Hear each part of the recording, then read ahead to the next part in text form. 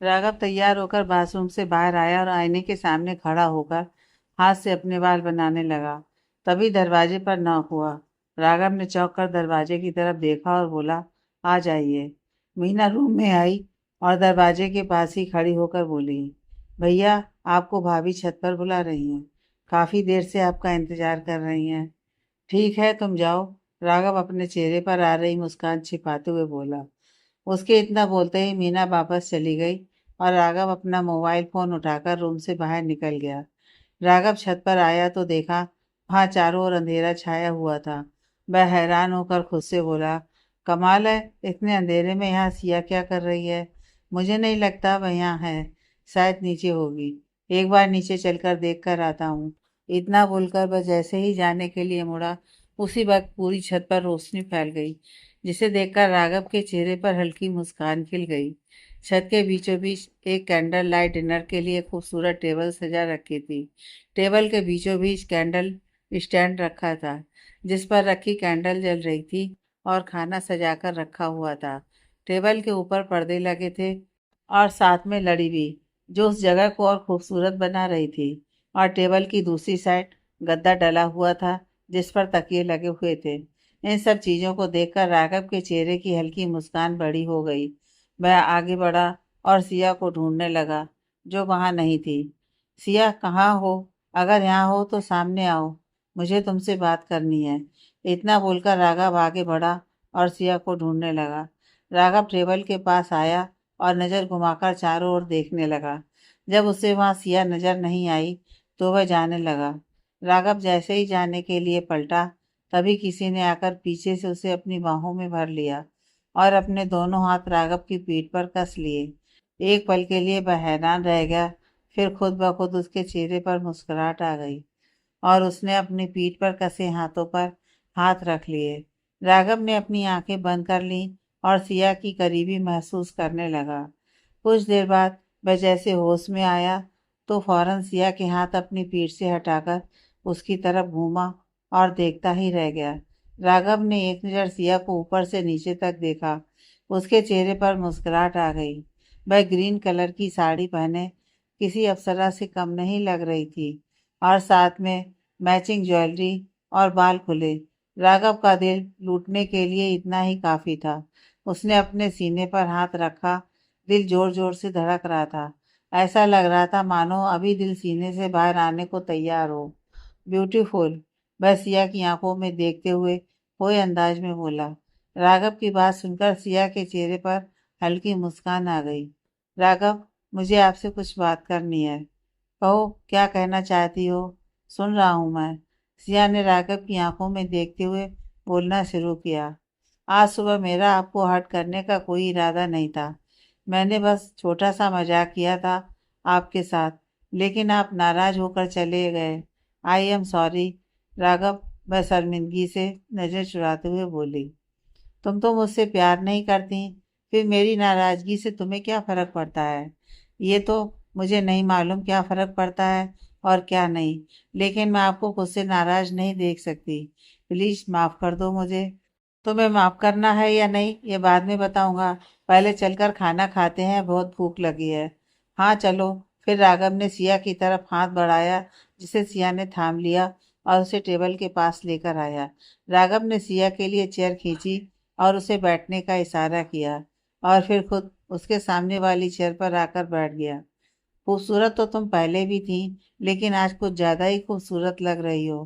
कहीं मेरी नजर ना लग जाए। इतना बोलकर राघव ने सिया की आंख के किनारे पर लगा काजल अपनी उंगली पर लगाया और सिया के कान के पीछे लगा दिया, जिससे सिया के चेहरे पर मुस्कुराहट आई और नजरें शर्म से झुक गई। डिनर करने के बाद सिया छत की रेलिंग से टिककर खड़ी हो गई और ऊपर आसमान में देखने लगी। आज चांद की 14वीं तारीख थी, इसलिए पूरा आसमान चांद और सितारों की रोशनी से भरा हुआ था और अपनी चांदनी चारों तरफ बिखेर रहा था। इतने गौर से आसमान में क्या तलाश कर रही हो? राघव सिया के बराबर खड़े होकर बोला। कुछ नहीं, आज ये सब बहुत खूबसूरत लग रहा है, नजर हटाने का मन ही नहीं कर रहा है। हाँ सही कहा, बहुत ही खूबसूरत। कौन खूबसूरत, तुम और कौन? मैं अपनी बात नहीं कर रही। हाँ पता है, लेकिन मैं तो तुम्हारी बात कर रहा हूँ। मुझे लगता है आपका दिमाग अभी सही नहीं है। मेरा दिमाग बिल्कुल सही है। तुम खूबसूरत ही इतनी लग रही हो, अच्छे अच्छों का दिमाग खराब कर सकती हो। राघव, अब आप ज्यादा बन रहे हो। वह मुंह फुलाकर बोली। मैं कहाँ बन रहा हूँ, बल्कि बस सबर कर तो तुम आई हो। आपका कुछ नहीं हो सकता। इतना बोलकर सिया वहां से हटकर गद्दे पर आकर बैठ गई। राघव सिया की हालत पर मुस्कुरा दिया और वह भी सिया के बराबर आकर बैठ गया। दोनों ही खामोश बैठे हुए थे। राघव सिया से बहुत कुछ कहना चाहता था, लेकिन उसकी वजह से चुप था, क्योंकि आजकल सिया का दिमाग पता नहीं कहाँ रहता था और बात का रुख कहाँ से कहाँ मोड़ देती थी। सिया भी राघव से बात करना चाहती थी, लेकिन क्या बात करे, उसे कुछ समझ नहीं आ रहा था। वो मैं कहना चाहती थी, क्या आपने मुझे माफ तो कर दिया है? मैं कौन होता हूँ माफ करने वाला? आज माफ करूंगा, कल फिर तुम यही सब करोगी। इससे अच्छा मैं तुम्हें माफी ना करूं। ऐसा क्यों बोल रहे हैं राघव आप? मैं अपनी गलती के लिए शर्मिंदा हूँ। प्लीज माफ कर दीजिए। राघव ने सिया की बात का कोई जवाब नहीं दिया और लेटकर आसमान में नजर जमा ली। सिया ने उम्मीद भरी नजरों से राघव की तरफ देखा, लेकिन वह सिया की तरफ नहीं देख रहा था। उसने गहरी सांस भरी और राघव के सीने पर सर रखकर लेट गई। राघव ने हैरानी से उसकी तरफ देखा और फिर ऊपर देखने लगा। सिया ने चेहरा उठाकर राघव की तरफ देखा। वह शून्य भाव से ऊपर देख रहा था। सिया से अब राघव की नाराजगी सही नहीं जा रही थी। उसने राघव का हाथ खुद के ऊपर रख दिया। ये सब करके कुछ नहीं होने वाला है। मैं आपकी नाराजगी खत्म करके रहूंगी। समझ क्यों नहीं रहे आप? मुझे बिल्कुल भी अच्छा नहीं लग रहा है आपको नाराज करके। प्लीज माफ कर दीजिए। जब दिल से आवाज आएगी तुम्हें माफ कर देना चाहिए, तब कर दूंगा। और आपके दिल से आवाज कब तक आएगी? पता नहीं। पता क्यों नहीं? नहीं मालूम तो मालूम करके बताओ। बहुत रात हो गई है और ठंड भी बढ़ गई है। हमें नीचे चलना चाहिए। मुझे नहीं जाना नीचे, आपको जाना है, आप जाइए। इतना बोलकर सिया गुस्से से उठकर रेलिंग के पास आकर खड़ी हो गई। राघव ने गहरी सांस भरी और उठकर उसके बराबर आकर खड़ा हो गया। तो तुम नीचे नहीं चलोगी?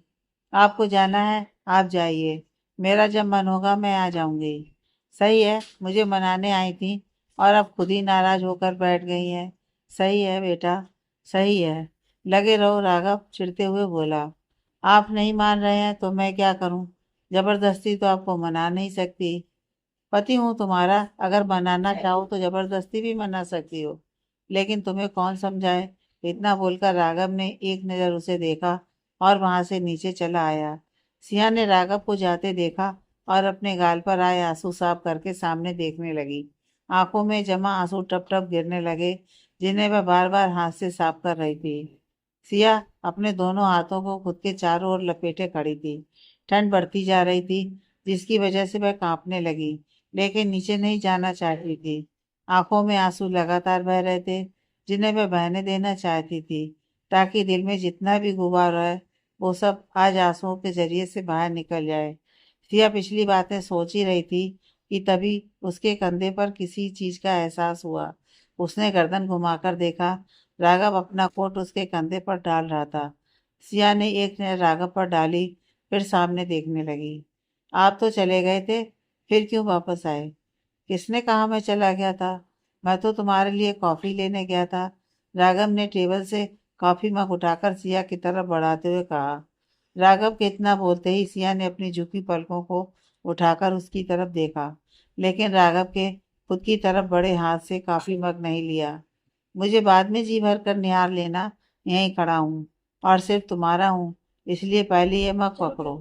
राघव के इतना बोलते ही सिया इधर उधर देखने लगी और उसने राघव के हाथ से काफी मग ले लिया और फिर होठों से लगा लिया, जिसे देखकर राघव के चेहरे पर मुस्कान आ गई।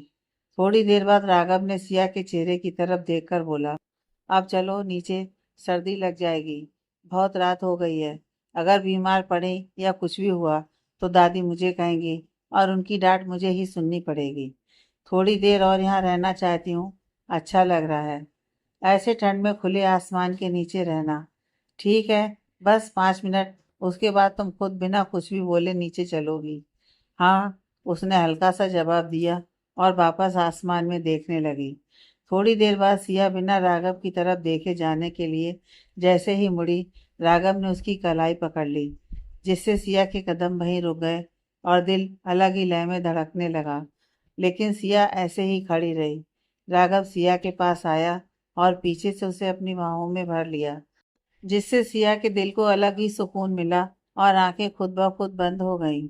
नाराज तो मैं था ना, वह सिया के बालों में अपना चेहरा छिपाते हुए मदहोश होकर बोला, जिससे सिया की सांसें ऊपर नीचे होने लगी और दिल जोर जोर से धड़कने लगा। बोलो, तुम तो मुझे मना रही थी, अब खुद नाराज हो गई। क्या करूं मैं तुम्हें मनाने के लिए? कुछ नहीं, नाराज नहीं हूं मैं, वो तो दिख रहा है। राघव सिया की गर्दन पर अपने होठ रखते हुए बोला, जिससे सिया के पूरे जिस्म में बिजली सी दौड़ने लगी और दोनों हाथों की मुट्ठी साड़ी पर कस गई। ये ये आप क्या कर रहे हैं? वह अटकते हुए अपनी सांसों को दुरुस्त करते हुए बोली, जो राघव की करीबी से सांसें ऊपर नीचे हो रही थीं। कुछ नहीं, अपनी बीवी को मनाने की कोशिश कर रहा हूँ। जो मनाने तो मुझे आई थी, लेकिन खुद ही नाराज हो गई। इतना बोलकर राघव ने एक बार फिर उसकी गर्दन पर अपने होंठ रख दिए, जिससे सिया की रही सही सारी हिम्मत जवाब दे गई। उसने राघव की तरफ अपना रुख किया और उसके सीने में अपना चेहरा छिपा लिया। उसे ऐसे देखकर राघव खुलकर मुस्कुरा दिया। कमाल है, तुम तो इतने में ही शर्मा गई। अभी तो पूरी रात बाकी है, राघव सिया को छेड़ते हुए बोला, जिससे उसकी आंखें बड़ी बड़ी हो गईं और वह राघव से दूर होने लगी। लेकिन उसने भी सिया पर अपनी पकड़ कस ली और मुस्कुरा दिया। इतना क्यों डरती हो तुम मुझसे यार? तुम्हारा पति हूँ, कोई भूत नहीं। जब देखो दूर जाने लगती हो। कभी प्यार से पास आकर हक भी जता लिया करो। मुझे भी अच्छा लगेगा यह सोचकर कि मेरी पत्नी कितनी रोमांटिक है। लेकिन तुम्हें तो रोमांस का आर भी नहीं आता। आपको ऐसा क्यों लगता है? मुझे कुछ आता नहीं है, वह फिलो फिलो में एकदम से बोल पड़ी और फिर अचानक से दांतों के नीचे अपनी जीभ दबा ली। ये क्या बोल गई मैं? राघव अब मेरे बारे में क्या सोचेंगे? वह खुद से बोली और उससे अलग हो गई। रुक क्यों गई? बोलो, बात अधूरी क्यों छोड़ दी? सुन रहा हूं मैं। मैंने कहाँ कुछ बोला है, वो तो बस ऐसे ही मुंह से निकल गया। सिया नजरें चुराते हुए बोली, हाँ सही है, जब किसी बात का जवाब ना हो तो फिर ऐसे ही बात बदल देनी चाहिए। सामने जो इंसान खड़ा है वो तो बेवकूफ़ और पागल है, उसे कुछ नहीं पता सामने वाला क्या बोल रहा है। खैर छोड़ो इन बातों का, अब कोई मतलब नहीं रहा। मुझ में तो कांटे लगे हैं जो तुम मुझसे दूर जाने के बहाने ढूंढती रहती हो। तुम्हारा कुछ नहीं हो सकता। अब चलो नीचे, राघव सिया की कलाई पकड़ते हुए बोला और सिया की बात सुने बिना उसे नीचे लेकर आया और रूम में आकर उसकी कलाई छोड़ दी। अब तुम आराम से सो जाओ, इतनी तैयारी करके थक गई होगी। मुझे कुछ काम है, थोड़ी देर में वापस आ जाऊंगा। इतना बोलकर राघव ने गाड़ी की चाबी उठाई और रूम से बाहर निकल गया। सिया ने एक नज़र राघव को जाता देखा और चेंज करने बाथरूम में चली गई। रात गए सिया की आंख खुली। उसने नींद में ही अपने बराबर साइड हाथ फेर कर देखा, जहाँ राघव को ना पाकर वह उठ बैठी और पूरे रूम में नजर घुमाकर देखा। राघव कहाँ है? क्या अब तक नहीं आए? रात के 3 बज रहे हैं। वह नींद से बेड से उठते हुए खुद से बोली और बालकनी से नीचे झांक कर देखा, जहाँ राघव की गाड़ी नहीं थी। इतनी रात हो गई है, अब तक कहाँ रह गए? एक बार कॉल करके देखती हूँ। इतना बोलकर सिया जैसे ही जाने लगी, तभी उसे राघव की गाड़ी के हॉर्न की आवाज़ सुनाई दी। उसने दरवाजे की तरफ देखा, जहाँ से राघव की गाड़ी अंदर आ रही थी। राघव जैसे ही रूम में आया, सबसे पहले नज़र सिया पर पड़ी, जो खड़ी गुस्से से उसे ही घूर रही थी। राघव ने खुद को संभाला और उसके पास आकर बोला, तुम अभी तक सोई नहीं? इतनी रात हो गई है। ये बात मैं आपसे पूछूं? मतलब क्या है तुम्हारा? रात के 3 बज रहे हैं और इस वक्त ऐसा कौन सा काम था जो अब तक हो रहा था? मुझे तुमसे बात ही नहीं करनी है। इतना बोलकर राघव जाने लगा, लेकिन सिया ने उसकी कलाई पकड़ ली, जिससे वह रुक गया और अपनी आंखें बंद कर ली। सिया राघव के सामने आई और गुस्से से बोली, पूछ सकती हूँ इतनी रात में कहाँ से आ रहे हैं आप? क्या? मैं बताया तो था काम से गया था। झूठ मत बोलिए, ऐसा कोई काम नहीं है जो इतनी रात को होता है।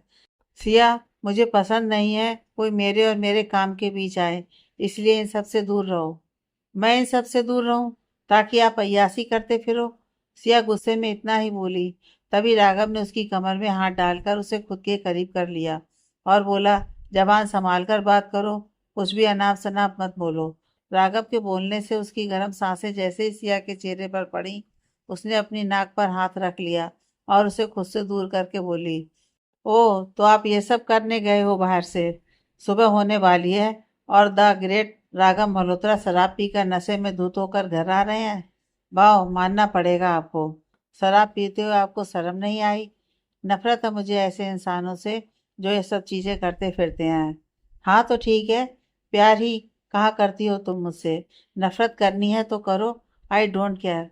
वह बेपरवाही से बोला और चेहरे पर मुस्कान से जली। सिया ने राघव का कॉलर पकड़ा और बोली, ऐसे कैसे आपको फर्क नहीं पड़ता? मुझे फर्क पड़ता है, मैं भी देखती हूँ कब तक आप ऐसे रात में बाहर जाकर शराब पीकर घर आते हैं। शादी की है तो निभाने की भी हिम्मत रखिए। तुम जिम्मेदारी हो मेरी, और मैं अपनी जिम्मेदारी बखूबी निभाना जानता हूँ। और रही बात निभाने की बात, तो मैं अपनी तरफ से निभाने की पूरी कोशिश कर रहा हूँ। रिश्ता एक तरफ से नहीं, बल्कि दोनों तरफ से निभाया जाता है। लेकिन मैं अकेले ही कहाँ तक कोशिश करूँ? राघव सिया के हाथ से अपना कॉलर छुड़ाते हुए बोला। राघव, आप भी जानते हैं हमारी शादी किन हालातों में हुई है। मुझे थोड़ा वक्त चाहिए हमारी शादी को अपनाने के लिए।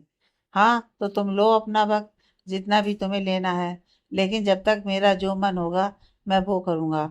उसके इतना बोलते ही सिया की आंखें बड़ी बड़ी हो गईं और दिल जैसे धड़कना ही भूल गया हो। आंखों में नमी जमा हो गई। ये अब आप ठीक नहीं कर रहे हैं। मैं आपकी बीवी हूँ और आप पर सिर्फ और सिर्फ मेरा हक है। चुप, अब एक और शब्द भी नहीं। बहुत बोल चुकी हो।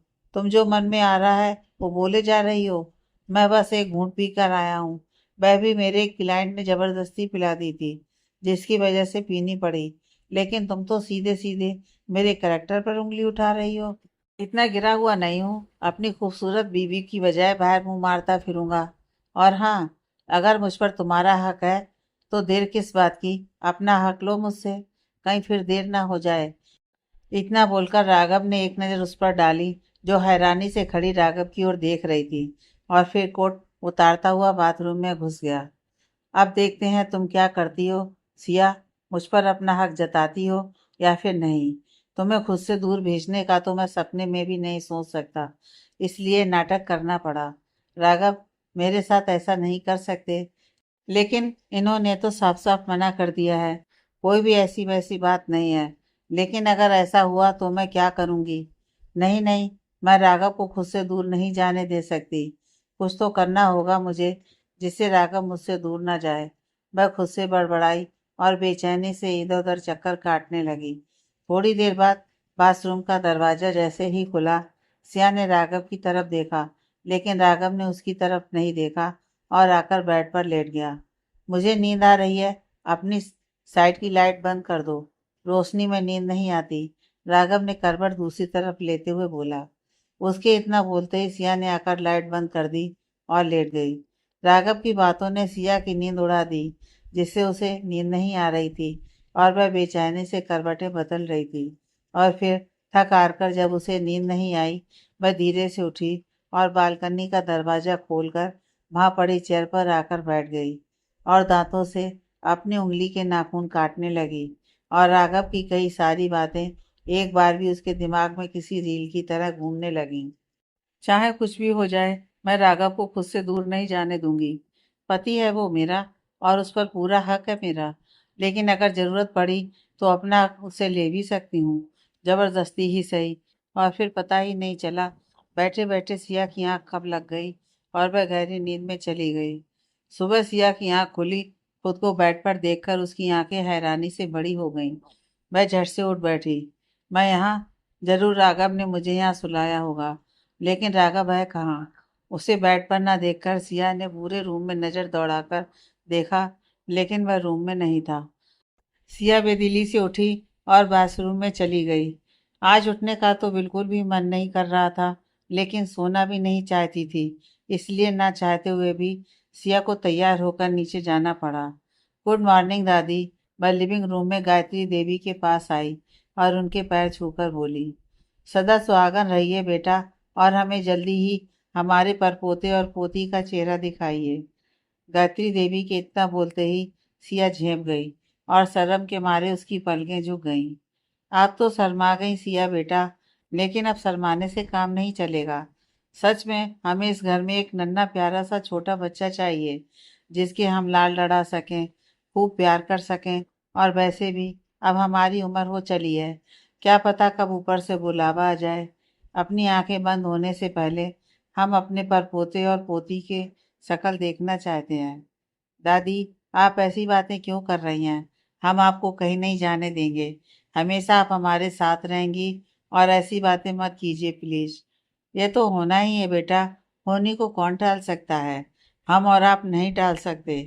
दादी, अगर आपने ये सब बातें की तो मैं आपसे नाराज हो जाऊंगी और कभी बात नहीं करूंगी। सिया मुंह बनाते हुए बोली। ठीक है, नहीं करते हम अब ये बात। राघव अभी तक तैयार होकर नहीं आए। कहाँ रह गए हैं? आज तक इतनी देर से आए नहीं। रोज तो सबसे पहले आ जाते हैं। वो दादी, राघव मेरे उठने से पहले ही चले गए थे। जब मैं सोकर उठी वो रूम में नहीं थे। दादी, आपको कुछ बताना था। वह नजर चुराते हुए इधर उधर देखकर बोली। हाँ बोलिए बेटा, क्या बात है? आप परेशान ना हो, शाम को आने दो राघव को, हम उनसे बात करते हैं। अब चलकर नाश्ता कर लीजिए। जी दादी। सिया चेहरे पर मुस्कान लाकर बोली और उनके साथ डाइनिंग टेबल के पास आ गई। यहाँ मीना ने नाश्ता लगा रखा था। आरब कहाँ है? आरब घर पर नहीं है, अपने किसी दोस्त के घर रात रुके थे। गायत्री देवी नाश्ता करते हुए बोली। सिया ने कोई जवाब नहीं दिया और नाश्ता करने लगी। और फिर पूरा दिन गुजर गया। ना तो सिया ने ही राघव को कॉल की और ना ही राघव ने उसे कॉल की। सिया बेचैनी से रूम में इधर उधर चक्कर काट रही थी और बार बार फोन की तरफ देख रही थी, लेकिन हर बार निराशा ही हाथ आई। मेरे करीब ना आने की यही जिद तुम्हें मेरे पास लेकर आएगी सिया। बहुत तड़पाया है तुमने मुझे। अब तड़पने की बारी तुम्हारी। तुम्हें भी पता चलना चाहिए, जिस इंसान से हम दिलो जान से प्यार करते हैं, उसकी बेरुखी कैसे बेचैनी बढ़ा देती है। और एक दिन भी उसके बिना रहना कितना मुश्किल होता है। अगर तुम्हें मुझसे प्यार हुआ तो आज ही तुम्हें मेरी बेरुखी से फर्क पड़ेगा। और मैं भी देखना चाहता हूँ तुम कैसे मुझे मना कर अपने प्यार का इजहार करती हो। राघव काफी पीते हुए बोला, और सिया की रात की हरकत के बारे में सोचकर उसके चेहरे पर मुस्कुराहट आ गई। कॉफी पीकर राघव केबिन से बाहर आया और आरब के केबिन की तरफ बढ़ गया। दरवाजा खोलकर वह अंदर आया, जहां आरब काम में बिजी था। तुम रात भर कहाँ रहे? राघव आरब के सामने वाली चेयर पर बैठते हुए बोला। दादी को बताया तो था, एक दोस्त के घर जा रहा हूँ और रात वहीं रुकूंगा। वह नजर चुराते हुए बोला। कौन से दोस्त के घर रुके थे? वो आप नहीं जानते। नया दोस्त बना है मेरा। नया दोस्त? वही लड़की है ना जिसके साथ आजकल तुम नजर आते हो? राघव के इतना बोलते ही आरब हैरानी से उसे देखने लगा और नजर चुराने लगा। यही सोच रहे हो ना मुझे कैसे पता चला? तुम भूल रहे हो, तुम्हारा भाई कोई मामूली इंसान नहीं है। जब मैं पूरे शहर की खबर रखता हूँ, तो अपनों की खबर रखना तो मेरे लिए कोई बड़ी बात नहीं है। भाई, वो मैं स्नेहा से प्यार करता हूँ। वह अटकते हुए बोला। जब उस लड़की से प्यार करते हो तो इतना डर कर क्यों बोल रहे हो? प्यार करते हो, इसमें इतना डरने वाली कोई बात नहीं है। भाई, आप नाराज नहीं हैं? मैं नाराज क्यों होने लगा? सबका अपना हक है अपनी मर्जी से जिंदगी जीने का और शादी करने का। इसलिए उस लड़की से बोलो तुम उसका हाथ मांगने आ रहे हो अपनी फैमिली के साथ। भाई, आपने तो मेरी सारी टेंशन ही दूर कर दी है। I love you so much भाई। आप बहुत अच्छे हैं। मैं तो ऐसे ही डर रहा था, ये सोचकर जब आपको मेरे और स्नेहा के बारे में पता चलेगा तो पता नहीं आप क्या करेंगे। लेकिन आपने तो सारी टेंशन ही दूर कर दी। वह राघव के गले लगते हुए बोला। अब फोन करके स्नेहा को बोल, कल शाम हम उनके घर आ रहे हैं। ठीक है भाई, वह मुस्कुराते हुए बोला। राघव ने प्यार से आरब का गाल थपथपाया और वहां से चला गया। मैं तो खामखा ही डर रहा था। पता नहीं भाई और दादी को जब पता चलेगा तो क्या रिएक्ट करेंगे। लेकिन भाई ने खुशी खुशी मेरे और स्नेहा के रिश्ते के लिए हामी भर दी। मैं बहुत खुश हूँ। स्नेहा को यह खुशखबरी सुनाता हूँ, वो भी ये सुनकर बहुत खुश होगी। आरब ने खुशी से चहकते हुए टेबल पर रखा फोन उठाया और उसका नंबर मिलाने लगा। शाम को राघव घर आया और सबसे पहले नजर लिविंग रूम में परेशान बैठी गायत्री पर पड़ी, जो शायद उसी का इंतजार कर रही थी। दादी, क्या हुआ? आप इतनी परेशान क्यों लग रही हैं? राघव काउच पर उनके पास बैठते हुए बोला। हाँ, वो हमें आपसे कुछ बात करनी थी। क्या बात है दादी, बोलिए।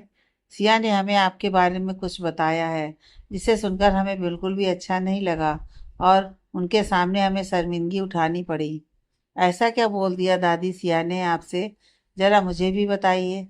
सिया ने बताया है, कल आप पूरी रात घर नहीं आए और जब आए तो शराब के नशे में धुत होकर आए थे।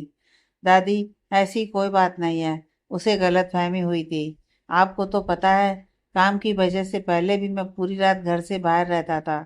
कल भी एक ज़रूरी काम आन पड़ा, जिसकी वजह से मुझे ज़्यादा वक्त लग गया था। आपको इसमें शर्मिंदगी उठाने की कोई ज़रूरत नहीं है। शर्मिंदगी हमें आपके देर से आने से नहीं हुई, बल्कि इस वजह से हुई, आप बहू के सामने शराब पी कर आए। सिया हमारे बारे में क्या सोच रही होगी कि हमने आपको कैसे संस्कार दिए हैं। दादी, आप ज़्यादा ही सोच रही हैं। मैं उससे बात करूँगा। उसे गलतफहमी हुई थी और कुछ नहीं। ठीक है, लेकिन अब एक बात हमेशा याद रखना। क्या दादी? आपकी शादी हो गई है और सिया आपकी जिम्मेदारी है। उनका और उनकी ज़रूरत का ख्याल रखना आपकी जिम्मेदारी है। और अब से ज़्यादा लेट आना आपको बंद करना होगा। रोज़ रात को जल्दी घर आया करोगे आप। ठीक है दादी, अब से कोशिश करूँगा रोज़ जल्दी घर आने की।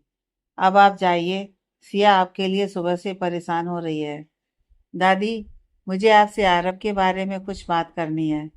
आरब के बारे में क्या बात करनी है? आरब एक लड़की स्नेहा है, उससे प्यार करता है।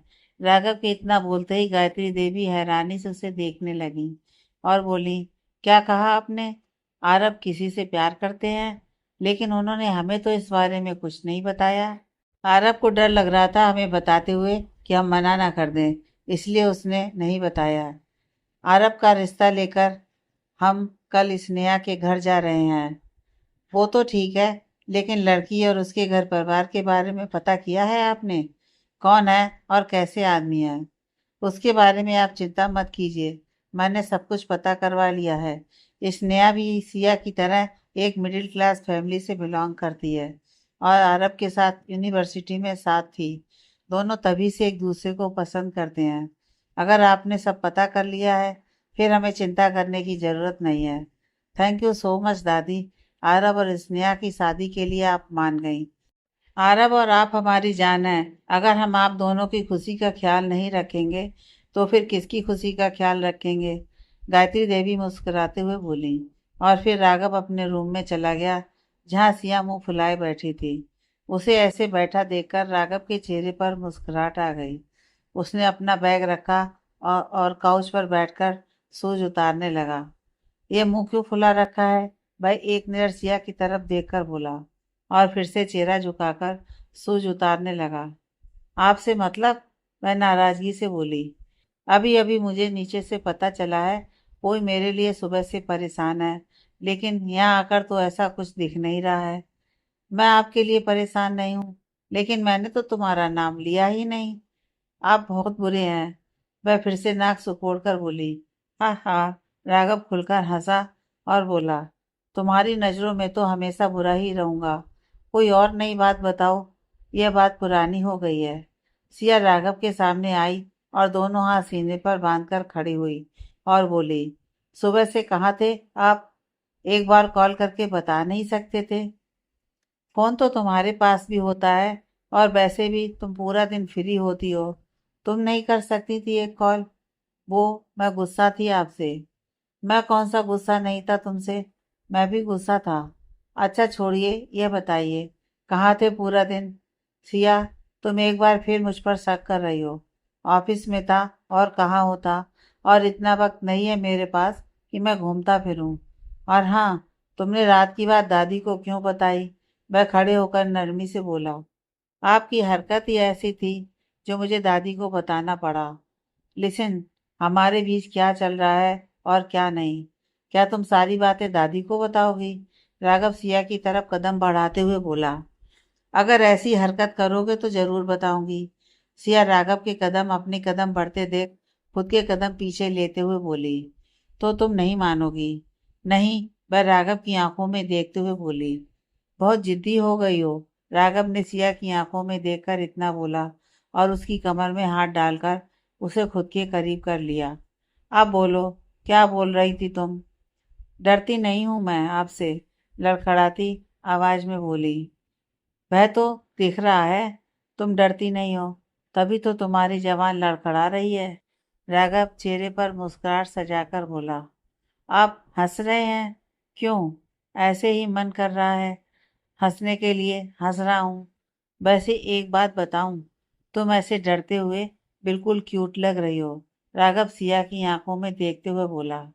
मैं डर नहीं रही हूँ, सिया झट से बोली। उधर देखो, वो क्या है? राघव के इतना बोलते ही सिया ने गर्दन घुमाकर उस तरफ देखा जिस तरफ उसने इशारा किया था। क्या है? वह इतना ही बोली थी, तभी राघव ने झट से उसका गाल चूम लिया। सिया की आंखें हैरानी से बड़ी बड़ी हो गईं और उसने राघव को घूरकर पीछे धकेल दिया। क्या हुआ बेबी? तुम तो डर नहीं रही थी, लेकिन अब अपना चेहरा देखो, कैसे लाल हो गया है, बिल्कुल कश्मीरी सेब की जैसे चमक रहा है। राघव चेहरे पर मुस्कुराहट लाकर बोला और बाथरूम में चला गया। उसके जाने के बाद सिया आईने के सामने आकर खड़ी हो गई और खुद के गालों पर शर्म की लाली देखकर और शर्माने लगी और नजरें झुक गईं। क्या बात है, अभी तो मैंने सिर्फ गाल पर एक छोटा सा किस किया है और तुम इतनी शर्मा रही हो, मेरी शर्मीली बीवी। वह बाथरूम के दरवाजे पर खड़ा उसे देखकर बोला। सिया ने राघव की आवाज़ सुनी और अपनी आंखें कसकर बंद कर लीं। ये रावण एक मौका नहीं छोड़ता मुझे छेड़ने का। अब क्या करूं? वह मन ही मन बोली और अपनी आंखें खोलकर हिम्मत करके बोली। कौन शर्मा रहा है? कौन? क्या तुम शर्मा रही हो? अपनी शक्ल देखी है आईने में? मैं नहीं शर्मा रही, आपने गलत देखा है। Oh really? तो तुम बोल रही हो मैं झूठ बोल रहा हूँ? हाँ हाँ, ठीक। अब तुमने मेरा ईगो हर्ट कर दिया है और मैं तुम्हें प्रारूप के साथ बताता हूँ और दिखाता हूँ। राघव सिया की आंखों में देखते हुए उसकी ओर कदम बढ़ाते हुए बोला। देखो, मेरी तरफ कदम मत बढ़ाओ, वरना अच्छा नहीं होगा। वरना क्या अच्छा नहीं होगा? मैं भी तो देखूं। देखो, अब ये ज्यादा हो रहा है। सिया ने राघव को अपनी तरफ बढ़ता देखा और दरवाजे की तरफ अपने कदम पीछे लेने लगी। वह सिया तक पहुंचा, लेकिन सिया झट से दरवाजा खोलकर रूम से बाहर निकलकर बाहर भाग गई। यार, क्या लड़की है, डरकर रूम से बाहर भाग गई, वह हैरानी से बोला और फिर हंसने लगा। पागल लड़की, लेकिन सिर्फ है मेरी। राघव सर पर हाथ फेरकर बोला और टॉवल लेकर बाथरूम में चला गया। इस रावण का दिमाग खराब हो गया है, क्या क्या हरकतें कर रहा है। अब तो हद ही हो गई है, खुद को पता नहीं क्या समझ रहा है, मुझे डराने की कोशिश कर रहा है। दादी को इस रावण की हरकत के बारे में क्या बताया? ये तो आउट ऑफ कंट्रोल ही हो गया। अब चल बेटा नीचे, थोड़ी देर बाद रूम में जाती हूँ, वह मन ही मन बोली और नीचे चली आई। रात का खाना सब शांति से बैठे खा रहे थे। आरव बहुत खुश लग रहा था और गायत्री देवी उसके चेहरे की मुस्कान देखकर मन ही मन खुश हो रही थी। आरव, क्या बात है, आज आप कुछ ज्यादा ही खुश नजर आ रहे हैं, हमें भी बताइए अपनी खुशी का राज। राघव ने गायत्री देवी की बात सुनी और मुस्कुराकर खाना खाता रहा। दादी, आपको नहीं पता मैं इतना खुश क्यों हूँ? उसने एक नजर राघव पर डाली और फिर गायत्री की तरफ देखा। नहीं, हमें कैसे पता होगा, आपने हमें बताया थोड़ी ही है अपनी खुशी की वजह। भाई ने आपको नहीं बताया? नहीं, हमें राघव ने कुछ नहीं बताया है। भाभी, आपको भी भाई ने कुछ नहीं बताया? आरव सवालिया नजरों से सिया की तरफ देखकर बोला। नहीं, राघव ने मुझे कुछ नहीं बताया। सिया भी हैरानी से बोली। हाँ, वो मेरे दिमाग से निकल गया था। अब तुम खुद ही बता दो अपनी खुशी का राज। भाई, आपने कहा था आप खुद दादी और भाभी को बताएंगे, लेकिन आपने नहीं बताया। Not fair. भाई, मुझे भी नहीं बताना है, आरव मुंह फुलाकर बोला। ठीक है, फिर अब हम स्नेहा के घर नहीं जा रहे हैं। नहीं, हम कल स्नेहा के घर चल रहे हैं, आरव झट से बोला। उसकी बात पर जहाँ राघव और गायत्री के चेहरे पर मुस्कुराहट आ गई, वहीं सिया हैरानी से उन्हें देख रही थी और समझने की भी कोशिश कर रही थी। आखिर बात क्या है? लगता है राघव तुमने सिया को कुछ नहीं बताया। गायत्री सिया का हैरान परेशान चेहरा देखकर बोली, याद नहीं रहा था बताना, अब आप बता दीजिए, वह खाना खाते हुए बोला। सिया, आरब ने स्नेहा नाम की एक लड़की को पसंद किया है और कल हम उनके घर ही जा रहे हैं और आप भी हमारे साथ चल रही हैं। मुबारक हो आरब, तुम तो छुपे रुस्तम निकले। क्या बात है, वह चेहरे पर मुस्कुराहट लाकर आरब के कंधे से अपना कंधा टकराते हुए बोली। क्या भाभी, आप भी, वह शर्माने का नाटक करते हुए बोला। उसकी इस हरकत पर सब मुस्कुरा दिए। राघव रूम में आया, नजर काउच पर बैठी गहरी सोच में डूबी सिया पर पड़ी। वह चलता हुआ उसके पास आकर बैठ गया, लेकिन सिया का ध्यान उस पर नहीं गया और वह ऐसे ही बैठी रही। क्या हुआ, सब ठीक है? हाँ, तो फिर तुम क्या सोच रही हो? माँ बाबा से बात करने का बहुत मन हो रहा है, लेकिन वो लोग मेरा फोन नहीं उठाते, सिया उदास लहजे में बोली। राघव ने गहरी सांस भरी और सिया का चेहरा अपनी हथेलियों में लेकर उसकी आंखों में देखकर बोला, तुम ये उदास बिल्कुल भी अच्छी नहीं लगती हो और उनकी फिक्र छोड़ दो, वो लोग बिल्कुल ठीक हैं, मैंने पता करवाया है। बस खुश रहने की कोशिश करो, बाकी सब मुझ पर छोड़ दो, वो लोग ठीक हैं। आप सच कह रहे हो? तुम्हें यकीन नहीं है मेरी बात पर? राघव सिया की आंखों में झांकते हुए बोला। यकीन है, वह धीरे से बोली और उसकी आंखों में देखने लगी। राघव को पता नहीं चला कब उसने सिया की आंखों पर अपने लब रख दिए, जिससे सिया की आंखें खुद ब खुद बंद हो गईं। बारी बारी से उसने उसकी दोनों आंखों को चूमा और फिर सिया के होठों पर झुककर उसके होठों को अपने लबों से कैद कर लिए। सिया की आंखें हैरानी से बड़ी हो गईं। उसने राघव की तरफ देखा, जिसकी आंखें बंद थीं, और फिर सिया ने भी अपनी आंखें बंद कर ली और राघव की करीबी को महसूस करने लगी। Feeling better? उसने सिया से अलग होकर पूछा। उसके इतना बोलते ही सिया की नजरें शर्म से झुक गईं। यार, मैं तुम्हारा पति हूँ, कब तक तुम ऐसे ही मुझसे शर्माती रहोगी? पति पत्नी के बीच कोई शर्म नहीं रहती और ये सब तो नॉर्मल है। अब तुम जाकर सो जाओ, हम कल बात करते हैं। राघव ने सिया के बालों पर अपने लब रख दिए और फिर सिया बिना कुछ बोले जाकर सो गई और राघव बैठा उसे ही देख रहा था। सिया के सोने के बाद उसने लाइट बंद की और लैपटॉप लेकर बालकनी में आ गया और काम करने लगा। काम खत्म करने के बाद राघव रूम में आया और बालकनी का दरवाजा अंदर से बंद करके लैपटॉप टेबल पर रख दिया और बेड पर आकर लेट गया। उसने सिया की तरफ करवट ली और उसे निहारने लगा, जो सोते हुए बहुत ही मासूम और क्यूट लग रही है। राघव ने अपनी उंगली से सिया के चेहरे पर आ रहे बालों को कान के पीछे किया और उसके माथे को चूम लिया। तुम सिर्फ और सिर्फ मेरी हो और हमेशा मेरी ही रहोगी।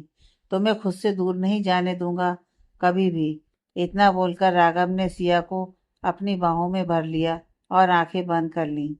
सुबह सिया ने कुनमुनाते हुए आंख खोली। खुद को राघव की बाहों में सोता देखकर एक पल के लिए वह हैरान रह गई, लेकिन अगले ही पल उसके चेहरे पर मुस्कुराहट आ गई और वह उसके चेहरे के हर एक नुक्स को अपनी आंखों में कैद करने लगी। कितना सोचा था उसने, उसे राघव से प्यार ना हो, लेकिन ना चाहते हुए भी राघव उसके दिल में अपने लिए प्यार जगा चुका था, जिसका एहसास सिया को पहले से ही था। लेकिन वह अपने दिल की बात मानने को तैयार नहीं थी और हर बार दिल की बोली गई धड़कनों को नकार देती थी।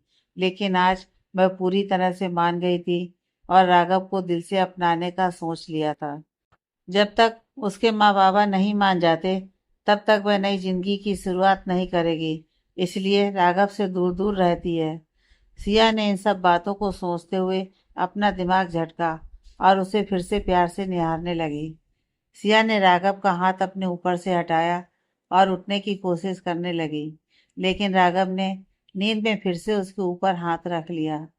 सिया ने एक नज़र राघव पर डाली और फिर से हाथ हटाने की कोशिश की, लेकिन राघव ने अपना हाथ टाइटली कस दिया।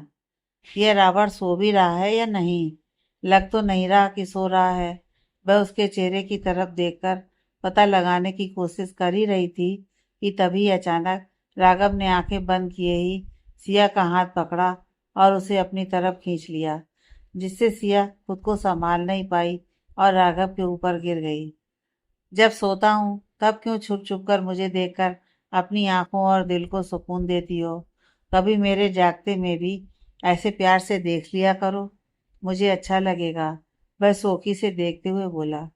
राघव की गहरी नजरों से सिया का दिल जोर जोर से धड़कने लगा और पेट में एक साथ हजारों तितलियां उड़ने लगीं, जिससे गुदगुदी हो रही थी। वह भी अपलक राघव की आंखों में देख रही थी। मैं नहीं देख रही थी आपको, आपका हाथ मेरे ऊपर था, उसे हटाने की कोशिश कर रही थी। वह नजर चुराकर बोली, तुम्हें पता है, तुम झूठ बिल्कुल भी नहीं बोल पाती हो, और इस तरह का झूठ तो बिल्कुल भी नहीं बोल पाती हो। पता है क्यों? क्यों?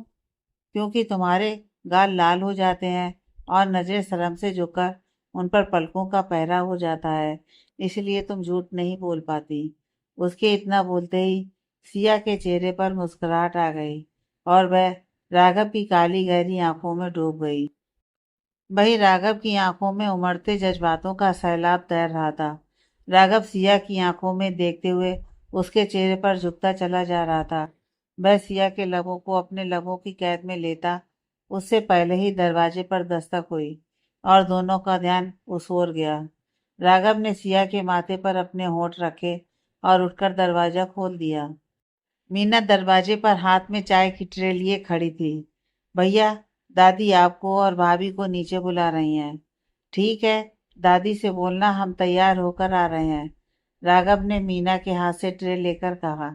जी भैया, वह मुस्कुराकर बोली और चली गई। दादी ने बुलाया है, तैयार हो जाओ। राघव ने गहरी सांस भरी और ट्रे सिया के पास टेबल पर रखकर कवर से टॉवल निकालकर बाथरूम में जाते हुए बोला, मेरे लिए प्लीज कपड़े निकाल देना। उसके जाने के बाद सिया बेड से उठी और कबर्ड खोलकर राघव के लिए कपड़े निकालकर बेड पर रखने लगी और साथ ही अपने कपड़े भी निकाल लिए। जी दादी, आपने बुलाया है। थोड़ी देर बाद वह तैयार होकर गायत्री देवी के पास काउच पर बैठते हुए पूछा। हाँ, हमें आपसे कुछ कहना है। सिया कहाँ है?